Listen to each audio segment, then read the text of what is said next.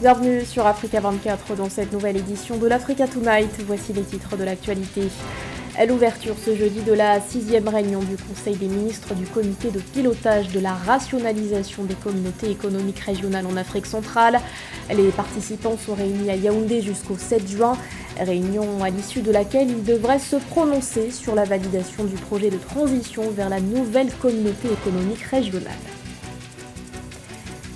La lutte contre le désordre urbain au sein du district autonome d'Abidjan, les autorités locales prévoient à cet effet de créer une brigade spéciale.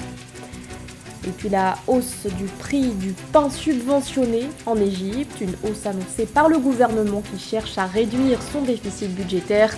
Les détails à suivre dans ce journal. Mais avant de développer ces titres, à direction l'Afrique du Sud, où l'heure est aux tractations pour le Congrès national africain. Après son revers essuyé lors des élections du 29 mai, l'ANC dit vouloir former un gouvernement d'union nationale. Dans cette perspective, le comité exécutif national du parti s'est réuni ce jeudi à huis clos. La veille, la porte-parole de l'ANC, Malengi Bengu Motsiri, a déclaré que des pourparlers exploratoires se sont tenus entre son parti et d'autres formations politiques, notamment avec l'Alliance démocratique, le principal parti d'opposition. L'ANC, rappelons-le, est contraint à s'allier après la perte de sa majorité absolue à l'Assemblée nationale. Le parti n'avait obtenu que 159 sièges sur 400. L'entrée en vigueur de la nouvelle communauté économique régionale de l'Afrique centrale semble se préciser. Yaoundé abrite depuis ce 6 juin la 6e réunion du Conseil des ministres du comité de pilotage de la rationalisation des communautés économiques régionales en Afrique centrale. Un projet de longue date qui doit notamment renforcer l'intégration économique. Reportage de notre correspondant Séverin Ndouke. L'objectif de la tenue de la 6e réunion du Conseil des ministres du comité de pilotage de la rationalisation des communautés économiques et régionales d'Afrique centrale, CER, c'est la validation du document de projet du plan de transition du passage de la CEMAC et la CEAC vers une nouvelle communauté économique régionale sur lesquelles les experts ressortissants des 11 États membres se sont penchés en vue de leur élaboration dans la perspective de l'avancement du projet de fusion des dites communautés économiques régionales d'Afrique centrale. La rationalisation des communautés économiques et régionales d'Afrique centrale constitue une opportunité d'accélérer la dynamique d'intégration et d'atteinte de performances économiques pouvant conduire à l'émergence dans un horizon projeté. Les chefs d'État ont ainsi voulu optimiser l'architecture institutionnelle de notre sous-région, marquée par une juxtaposition source d'inefficacité aux conséquences financières peu soutenables pour les budgets de nos États. L'un des objectifs majeurs poursuivis par notre organisation continentale est la réduction du nombre de communautés économiques régionales en Afrique. Avec un PIB estimé à environ 523 milliards de dollars pour près de 200 millions d'habitants en 2020, la nouvelle communauté économique régionale, qui devrait peser environ 15% du marché de la ZLECAf, devrait favoriser le développement et le commerce et booster la croissance économique régionale à travers l'élimination de barrières, faisant de la nouvelle sous-région l'une des plus intégrées.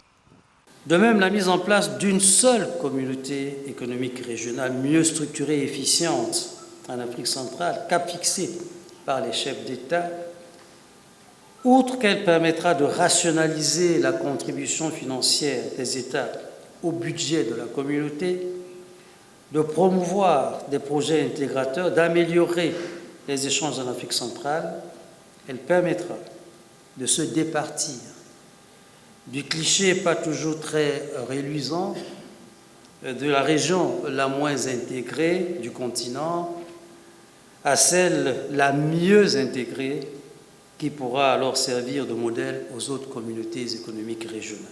24 ans que les politiques d'Afrique centrale essayent de mener à bien le processus de fusion des CER d'Afrique centrale. C'est lors de la 6e session ordinaire de la conférence des chefs d'État et de gouvernement de la CEEAC, tenue à Kigali au Rwanda du 25 au 26 janvier 1990, qu'avait été lancé le dit processus. 3 des 8 communautés économiques régionales du continent sont d'Afrique centrale. Il est déjà en vigueur au Zimbabwe et en Zambie. En Afrique australe, l'utilisation d'Univisa pourrait prochainement être étendue à d'autres pays de la région. Un projet de visa unique pour attirer davantage de touristes. Sur la liste des États concernés, l'Angola, la Namibie et le Botswana qui font partie avec le Zimbabwe et la Zambie de la zone de conservation transfrontalière de Kavango-Zambézie. Samantha Sabero-Sabobanga.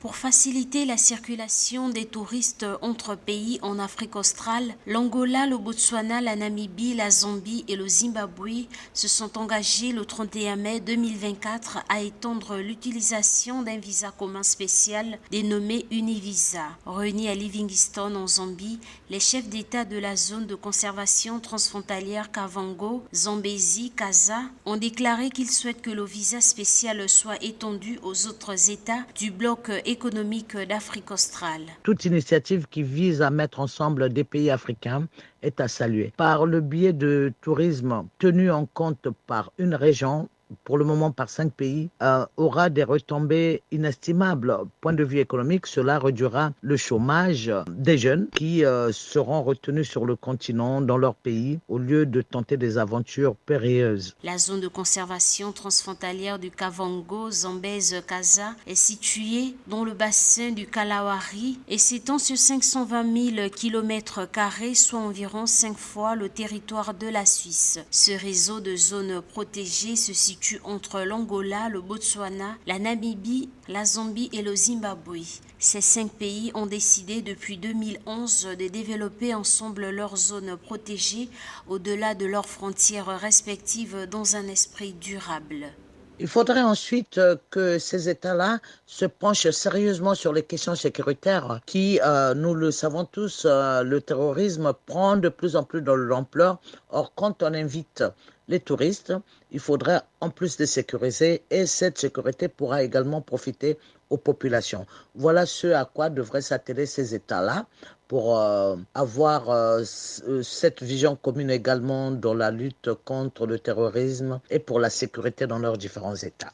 Bien que l'initiative n'ait pas encore été pleinement mise en œuvre, l'Univisa est déjà utilisée en Zambie et au Zimbabwe et couvre les excursions d'une journée au Botswana via le poste frontière de Kazungula, porte d'accès au sud Victoria. Notons que les États membres de la CASA ont également décidé d'exhorter la conservation sur le commerce international des espèces de faune et de flore sauvages menacées d'extinction, à lever l'interdiction du commerce des éléphants et de l'ivoire. Dans l'actualité également, le Soudan toujours en proie à une guerre meurtrière. Les forces de soutien rapide auraient perpétré ce mercredi une attaque menée dans le centre du pays. Ils auraient ciblé à 2 reprises le village de Wad al-Noura. Le bilan est lourd, au moins 100 personnes sont décédées. Depuis plus d'1 an, les FSR, dirigés par le général Mohamed Hamdan Daglo, sont en guerre contre l'armée du général Abdel Fattah al-Burhan.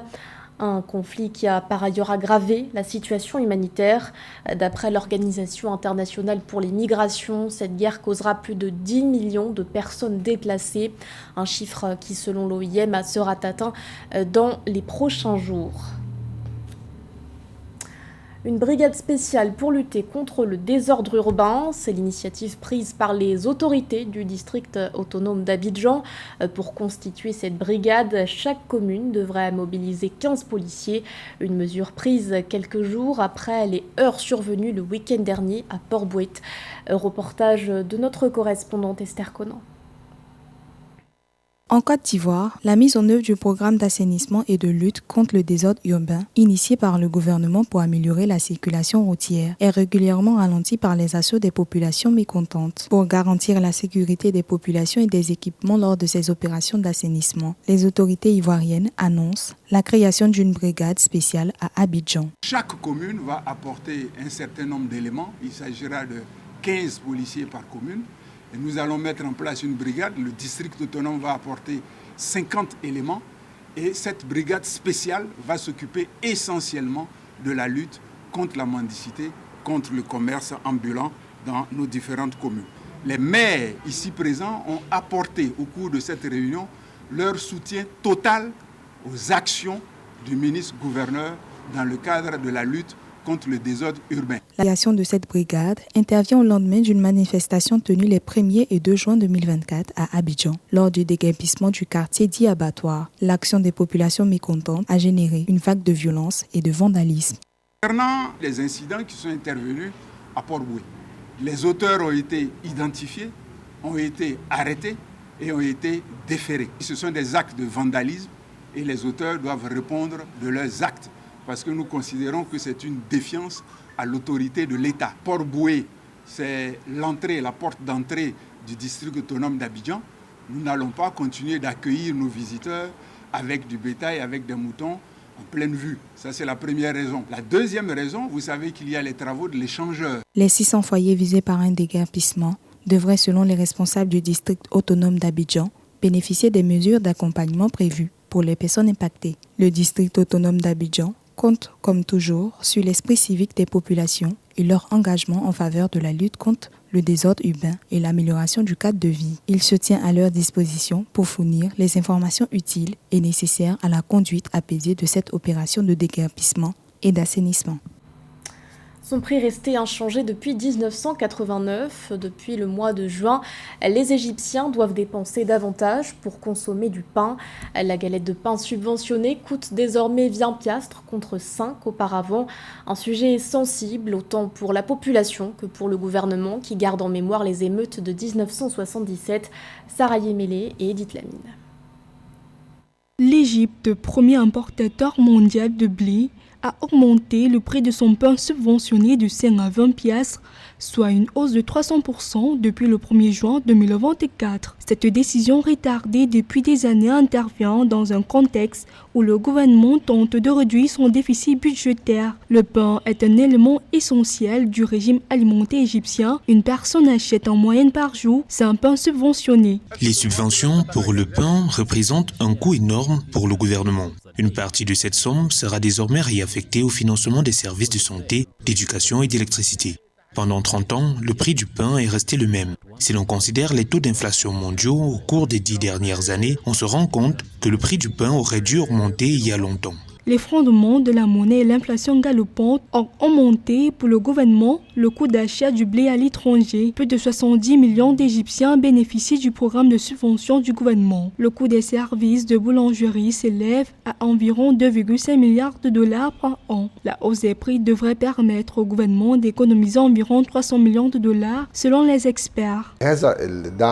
La part des citoyens est toujours fixée à 5 pains par jour. Quant au pain que nous produisons pour le marché libre, son prix n'a pas changé. Il est toujours de 1,5 livre pour un pain de 80 grammes. Selon le ministère des Finances, 125 milliards de livres égyptiens, soit 2,66 milliards de dollars de subventions ont été alloués au pain dans le budget d'État 2024-2025. La nouvelle augmentation de prix représente 16% du coût de fabrication du pain qui est passé de 115 piastres en 2023 à 125 piastres en 2024, selon le ministre de l'Approvisionnement Ali Mousseli. Du sport à présent avec le mondial féminin des moins de 20 ans qui s'ouvre le 31 août prochain. Les affiches des phases de groupe ont été dévoilées ce 5 juin. Sur les 24 sélections en lice, 4 vont défendre les couleurs du continent. Parmi elles, le Cameroun logé dans le groupe A aux côtés de la Colombie, de l'Australie et du Mexique. Le point avec José Douglas. Elles seront 4 à nous représenter au cours de cette 11e édition du mondial féminin des U20 qui se déroulera du 31 août au 22 septembre 2024. Et parmi nos nations, le Cameroun, le Maroc, le Nigeria, le Ghana. C'est le hall central des Eventos de la capitale colombienne à Bogota qui a constitué le cadre idéal pour permettre aux nations participantes de découvrir les matchs de la phase de groupe. Je ne peux pas penser à un hôte plus approprié que la Colombie pour cette compétition. Un pays qui accueillera un tournoi féminin de la FIFA pour la toute première fois et offrira un cadre parfait pour cet événement très excitant.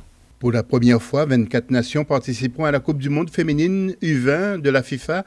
Les 52 matchs du tournoi se dérouleront dans 4 stades de 3 villes hautes, Bogota, Cali et Medellín. Un tirage au sort organisé par le directeur des tournois de la FIFA, Jim Yarza, avec l'aide de 2 grandes stars du football féminin, l'ancienne internationale américaine Lindsay Terplay et la colombienne Natalia Gaetan, et la Colombie, pays hôte, a été tiré au sort dans le groupe A aux côtés de l'Australie, du Cameroun et du Mexique, le Maroc en groupe C avec l'Espagne, les USA et le Paraguay, le Nigeria avec l'Allemagne, Venezuela et République de Corée et le Ghana en groupe E avec le Japon, la Nouvelle-Zélande et l'Autriche. J'ai été témoin à plusieurs reprises de la couleur et de la passion des supporters colombiens, notamment lors de la Coupe du Monde féminine de la FIFA l'année dernière, notamment lors des quarts de finale à Sydney, où c'était comme si la Colombie jouait à domicile. Je ne peux qu'imaginer quelle sera l'atmosphère dans les villes hautes de Bogota, Cali et Medellín, ainsi que dans tout le pays. La Coupe du Monde féminine de football des moins de 20 ans est une compétition organisée par la FIFA et réservée aux joueuses de moins de 20 ans chaque 2 ans. La première édition a eu lieu en 2022. L'Espagne est tenant du titre et les plus titrés dans la compétition sont l'Allemagne et les États-Unis. C'était le journal de la rédaction. Merci de l'avoir suivi. L'actualité continue sur Africa 24.